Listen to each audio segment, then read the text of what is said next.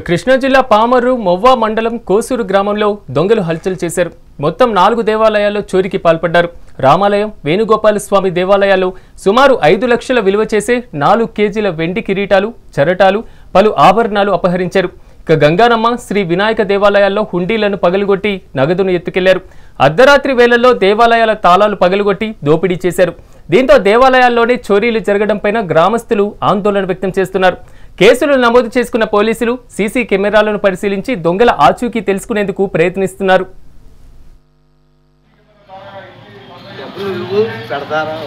కోసూరు గ్రామం, మొవ్వా మండలం, కృష్ణా జిల్లా.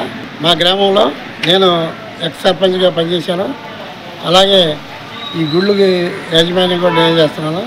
రాత్రి రామాలయం, క్షత్రియ రామాలయం, సంతాన వేణుగోపాల స్వామి గుడి, గంగానమ్మ గుడి, అలాగే వినాయకుడి గుడిలో చోరీ జరిగింది. కోసూరు గ్రామంలో క్షత్రియ రామాలయంలో 4 కిరీటాలు, అలాగే సంతాన వేణుగోపాల స్వామి గుడిలో 5 కిరీటాలు, సెటారు, గంగాన గుడిలో ఉండి, అలాగే వినాయకుడి గుడిలో కూడా ఉండి పగలగొట్టి ఈ చోరీ చేశారు.